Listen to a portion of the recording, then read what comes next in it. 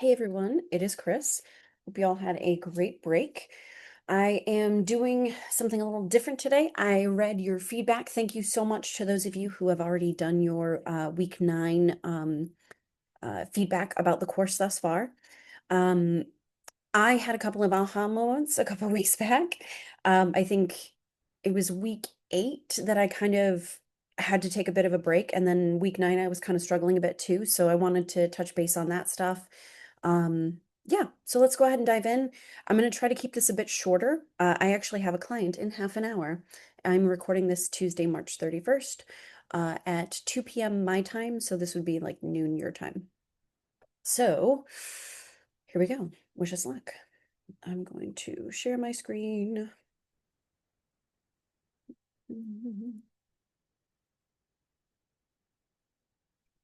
Cool. So I'm gonna put myself over there. We got the Zoom there. Okay, let me put this into view. No, that's Zoom. Here we go. View. Presenter view. Okay. So, nope, not presenter view. You can tell I'm a little out of it still. Slideshow. Huzzah. Okay. So we are in week 10, community needs assessment. So we've got a bit of a heftier activity this week, and I'm just trying to get a sense of like where y'all are at. Don't hesitate to reach out to me if you have questions. This is going to be another week where we do like a page where we edit a page together. I already got us a bit started, so yeah. Check in. I wanted to talk about burnout because that's what happened to me a few weeks ago. Uh, I don't know if y'all have experienced burnout. That might be something to kind of reflect back on and take a look at, like in your past work experiences, with school, with life stuff that's come up. Um, like I got to a point where I was sitting and just, kind of showing up and doing the things and going through the motions, but it was really difficult. And I was just trying to get to last week, our break, because I didn't even have the week off. My dad went into surgery, and so I was the one who drove him up at 6 a.m. in the morning on that Monday. So it wasn't even a week off, but I was trying to get to that point to be able to catch my breath. But I realized I'd been kind of holding my breath like this whole freaking time. Um, so I wanted to be honest with you all about that and thank you for your patience and understanding with me. I don't want, my stuff to negatively impact your coursework, but I also, when I signed on to do this class, I had the assumption that the materials and each week was in such a way that I could just go ahead and throw things out there if I needed to. And I think if you looked at week 8, week 9, it kind of isn't. It's definitely more set up for folks who are in person, which, that's definitely some feedback I'm going to be providing to the lead faculty. I also wanted to give you this. If you had me last semester, Trauma Stewardship by um, Laura Vandernoot Lipsky. I will definitely post a link to this, but I read this book a few years ago and I ended up buying a few copies on thriftbooks.com so that I could just give out copies to my colleagues because it helped me understand like my tells for burnout. Um, it's just that like I'm finally in kind of a steady work situation and I thought I was doing okay, but I had some new tells that I wasn't picking up on, but like literally everyone around me was. So feeling much better, still getting back into the swing of things after that. And I also want to be honest that I'm having some acute pain in my wrists. I do have ulnar tunnel syndrome. It seems like I might have another tunnel syndrome of sorts, and so I'm going to get that checked out soon. But if I'm typing less or if I'm using talk to text and it is wonky in my messages, please know that that might be what's going on. Okay. Some general reminders, definitely go ahead and do those weekly readings and resources, your weekly activities and minute paper. I wanted to clarify the weekly minute paper, so I'm actually going to bring up, give me 1 second. Blah, blah, blah. Oh, you gotta be, here we go. Let's just go to assignment 2. Maybe it'll just let me go right in. Okay. So if we go to this week, this week's assignment, the week 10 minute paper, I wanted to show you that things are a bit different. So when I've gone into grade the minute paper, I've noticed a couple of things, and this will make more sense once we get through today's lecture a bit. But just a heads up, there's an updated quiz below. Please review the instructions before answering. This bit is the same, but you check off everything you did that week. So the purpose of this question, this essay question here, is for you to thoughtfully reflect on what you learned this week and to share something with me to demonstrate that you completed the work that you checked off above, right? I want to give you a heads up that just from this week forward, if you don't provide like a sufficient enough answer, and I'm not talking like you have to do like a paragraph, I'm not asking for 250 words. I want something that just says that you were engaged with the material this week. This thing was boring, this was cool, oh, I liked how this connected to my internship by whatever way. Like this could even be something you learned in a different class. I just want to know that you're engaging with the materials and that you are like participating, right? um so the questions I ask are what question or questions remain uppermost in your mind? What's something you wish you could share with the class or ask the professor or your classmates? What's something that you still want to understand? What's the most significant, central, useful, meaningful, surprising, or disturbing thing you learned this week? What will you incorporate into your social work practice based on what you learned today? So these are open questions, but you can also like answer your own question as long as you're demonstrating that you were able to engage with the materials that week. I've been getting some answers that are like NA or no questions or nothing new. So it isn't just to pick one of these questions and be like, yeah, I don't have a question. It's this is an opportunity for you to demonstrate that you did the work, right? I don't want to have to like go back and track to make sure that everything that you checked off here is actually demonstrated, in each week, right? This is kind of like an honor system, but I don't want, folks to kind of keep getting away with the NA situation, if that makes sense. This is also important for what we're going to be talking about today. And I'm also just keeping an optional essay question. You don't have to answer this one, but if you have any additional questions, comments, concerns, thoughts, stuff you'd like to know or share about your experience in the class this week, because I know it's hard with the materials we're talking about, right? Like, especially with this being a newer formatted class, not all the links work, not all the materials make sense. I do what I can, but I'm going to try to step back a bit more and take better care of myself and put some better boundaries up around that, so that I'm able to show up in the ways that y'all want me to, like this video lecture kind of thing. Does that make sense? Um, cool. Oh, we went from the beginning again. That's okay. So I went ahead and reviewed the week 10 minute paper with y'all. Please, if you have feedback, let me know. If that sucks, if you hate it, let me know. The fourth Zoom assignment review, I'm just not going to do optional synchronous because I only had one student show up once to one of the things. So I'm going to go ahead and just record that and post it, and I'll send a separate announcement to let you know that that's available. Upcoming assignments, your key leader interview is due Monday, April 14th or 13th. Blah, blah, blah. You can turn that in early. Please, please, please ask me if you have any questions. Let me know.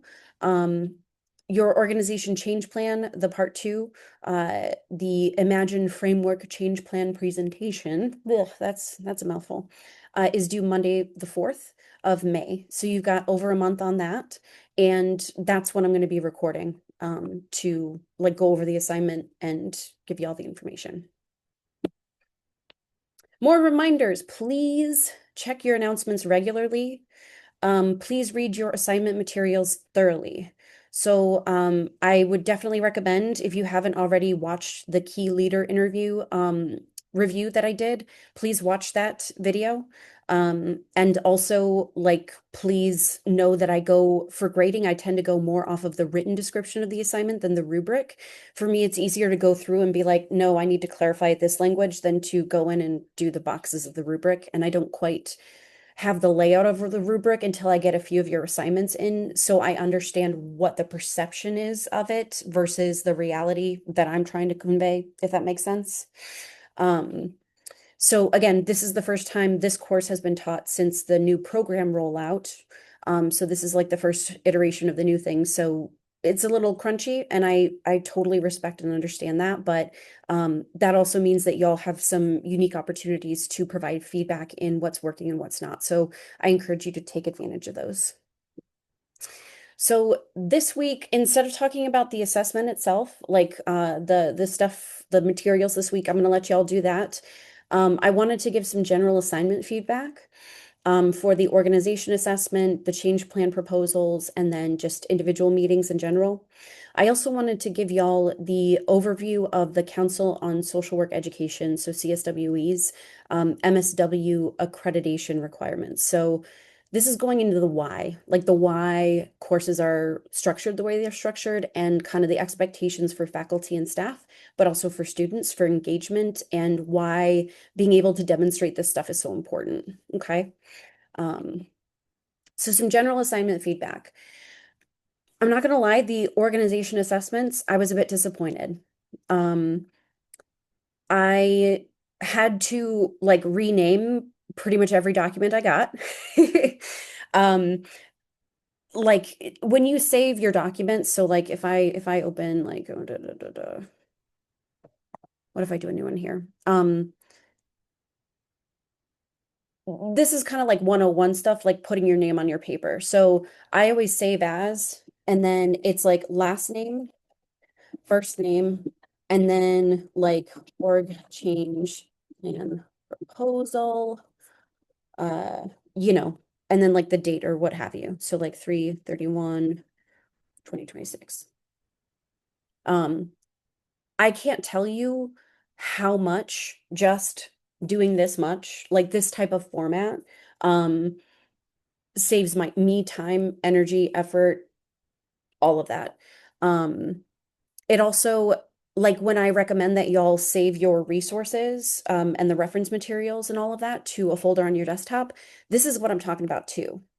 You know what I mean? Like, saving your files in a way that it is going to make sense to you.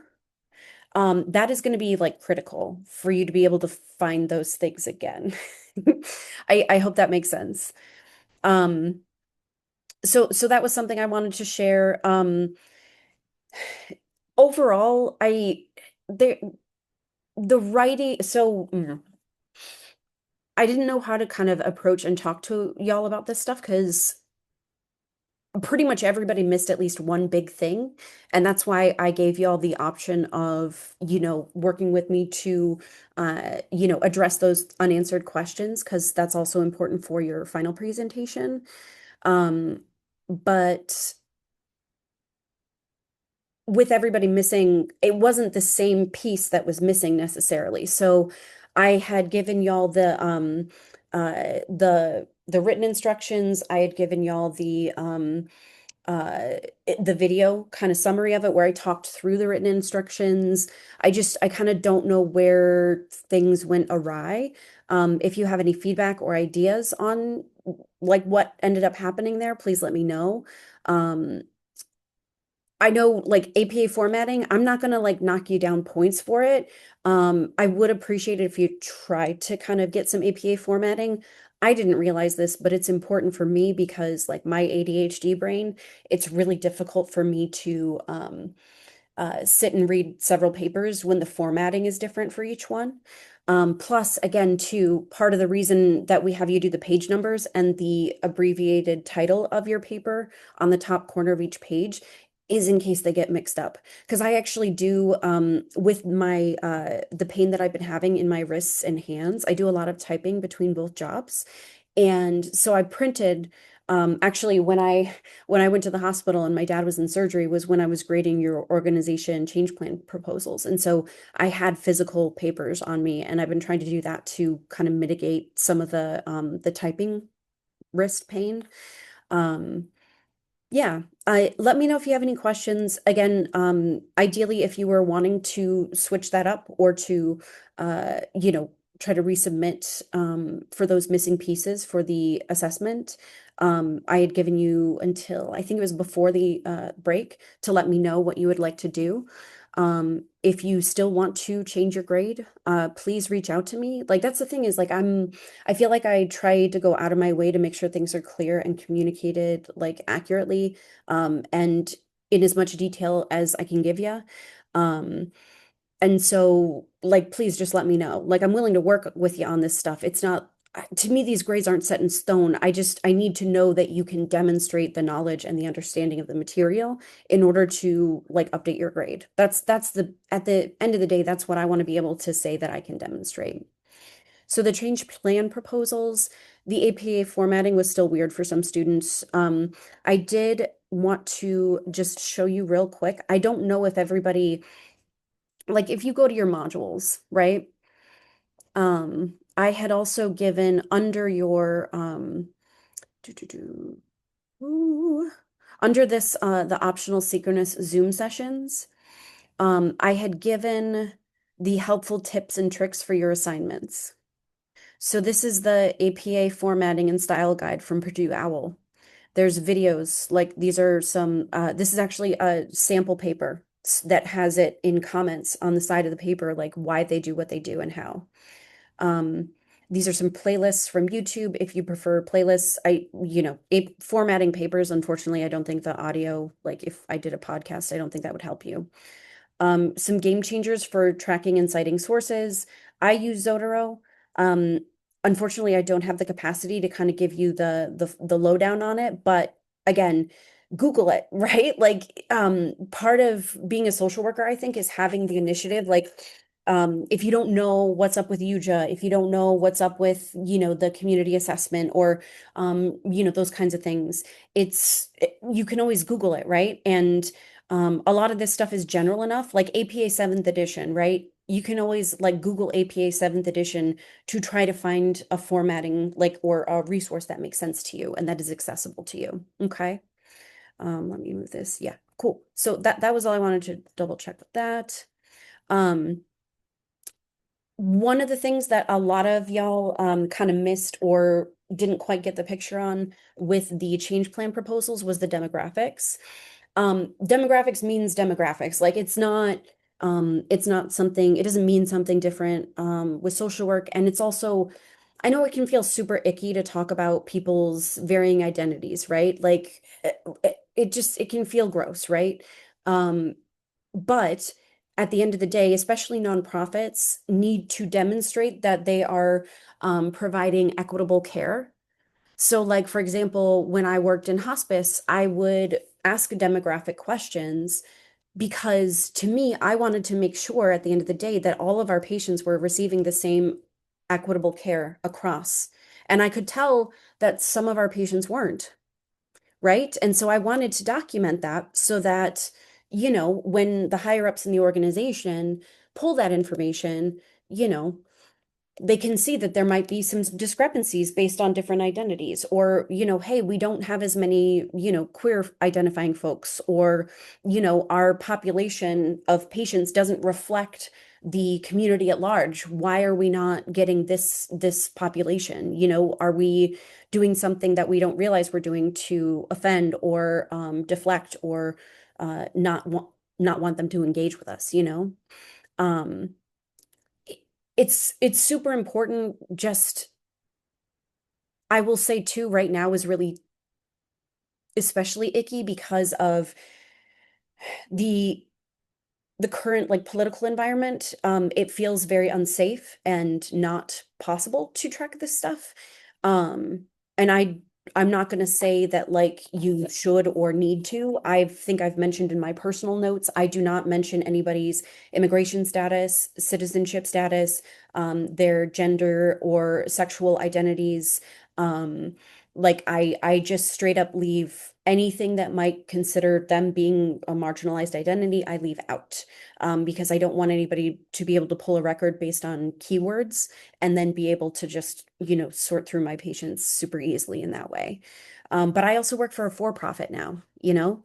Um, Another thing with the change plan proposal was that the feasibility piece is crucial. So some ideas were a bit too vague or too big picture.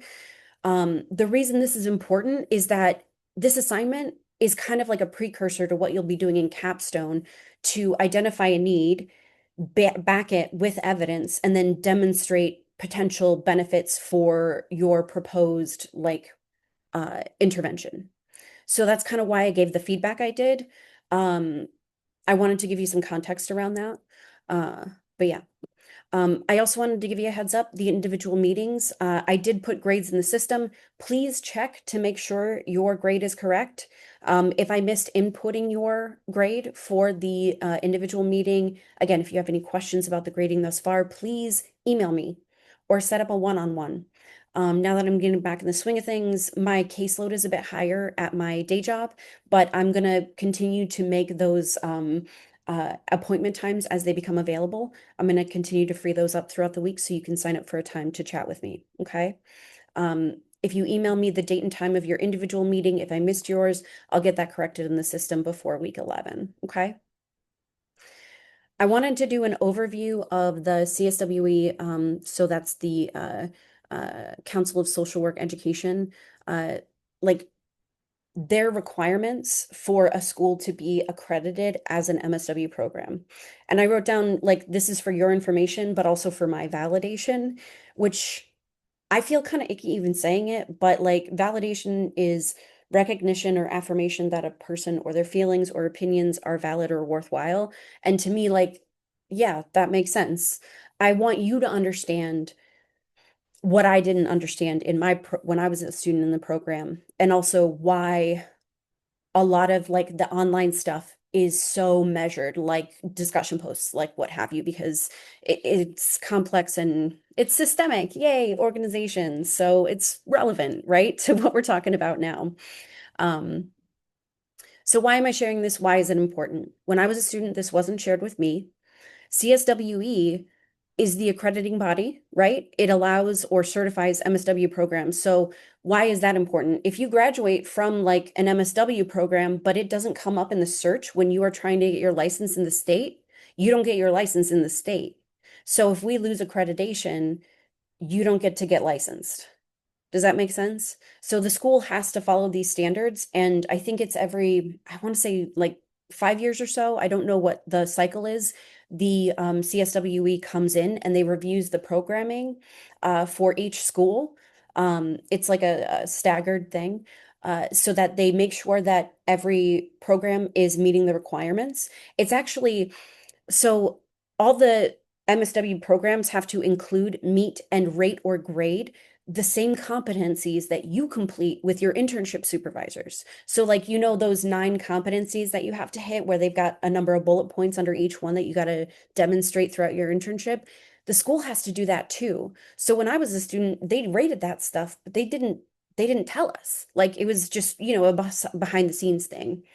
Um, so MSU Denver's new program rollout includes this information, and they're attempting for transparency. So if we go ahead and look up, like your final presentation, the reason why the lead faculty doesn't want me to change anything is so that that all is the thumbs up that CSWE gave for this competency rating. So if we go to that assignment 2,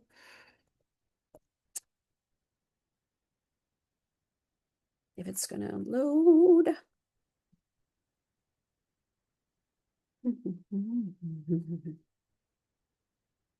Okay, so this is, yeah. So this is the Imagine framework and your reflection paper. So if we go all the way down, we've got the rubric, so that's the grading piece, the reflection paper. There is a piece of this where it is, where did it go? There should be a piece of this.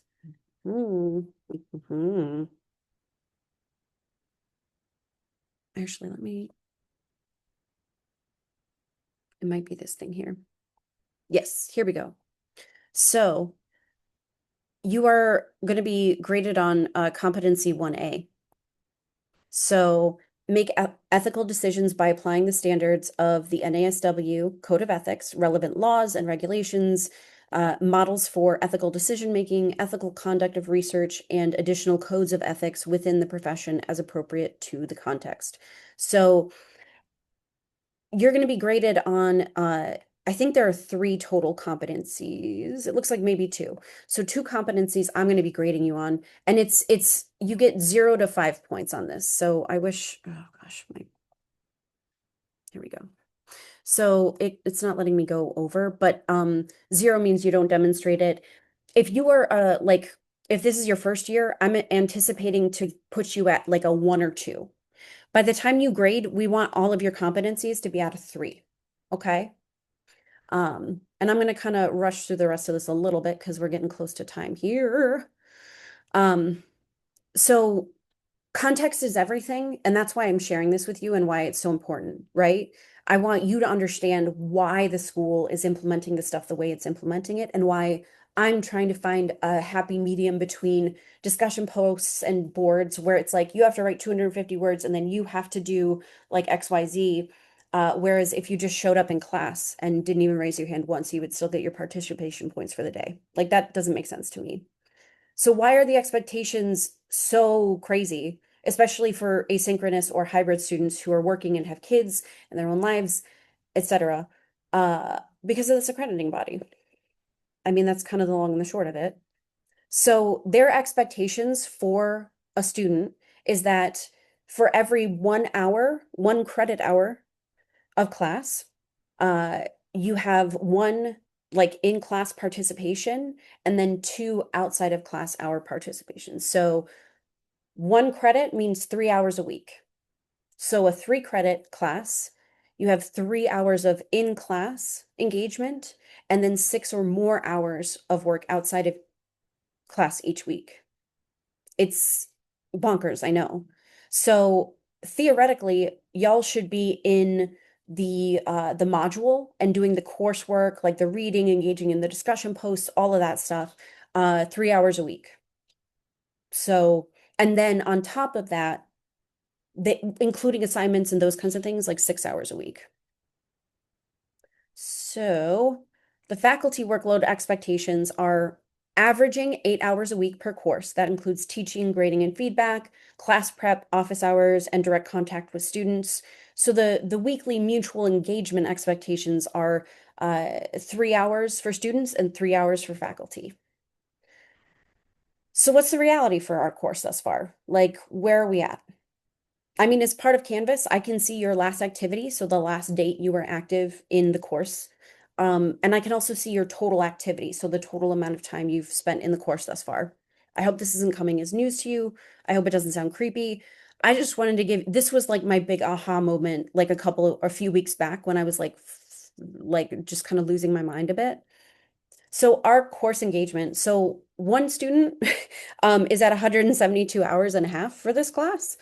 Um, Lowest student engagement thus far is around like 7 hours, 30 minutes. And I'm not worried about that because you can download the reading material and then like do that and then come back into the course to engage with stuff, right?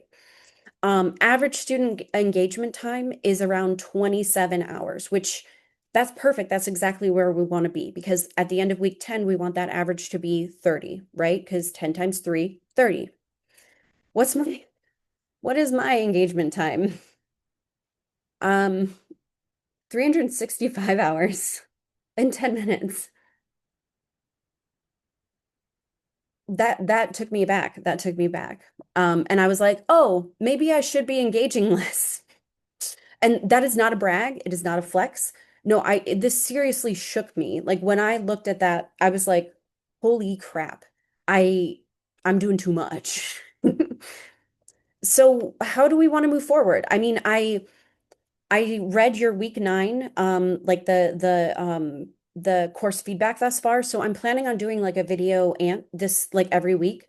But I'll be real with you too. The course shell that I was given, I don't have like a path forward for a lot of the rest of the classes. Like I don't have like a built out like PowerPoint like I had in the previous weeks. So I'm having to cobble together things based on the materials given. And I want to know, like, what do you think? Like, it sounds like the video ants, the participation, like, so far has been good. Some of y'all don't like the videos. That's okay. I can also add in options in case you don't want to record yourself that week. Um, how do you like participating and engaging in this class and other fully online courses? Is there anything that doesn't make sense to you still in the course? Where would you like me to put my 5 additional hours a week, right? Or where would you like me to put my time and energy moving forward now that you've seen kind of a little bit of the back end, like I've pulled the curtain a bit. Um, I want to know like what are your ideas for essentially, if CSWE comes in and pulls this class as an example of this, these competencies being met in these materials, I need to prove to them that you've got that 3 hours of engagement in the course, even if, you know, um, you're not in the classroom demonstrating that. So do y'all have any ideas? Like, I mean, I I like the engagement. I like the video ant. I love that stuff. And I try to provide it to you via YouTube so that you can fast forward, put me on 2 times if you need to, because especially these last ones, not having like a structured PowerPoint to just kind of copy and paste from, but then build it out with my own has been adding a lot of additional work to my plate. And so, yeah, I want to focus on what's engaging you, what interests you, what's confusing you. Um, yeah. So tell me. And also email me if you have questions. Like I'm in this for y'all to succeed. And I think being able to engage in an organization, whether or not you are privately employed, you are going to have to interact with systems and with other organizations and other people who are in organizations. So this stuff is relevant, whether or not you're directly able to apply it now. Um, yeah. I don't know. Let me know your thoughts. I feel like I'm doing like a YouTube podcast now, like, like a video essay. I've been watching a lot of those recently too, as kind of like a mental health thing. But anywho, I hope you all had a great break. Let me know if you did anything cool. Yeah, we'll chat again soon, okay? Thanks again too for your patience and understanding with just kind of how wonky things got a couple weeks back. All right, see you later.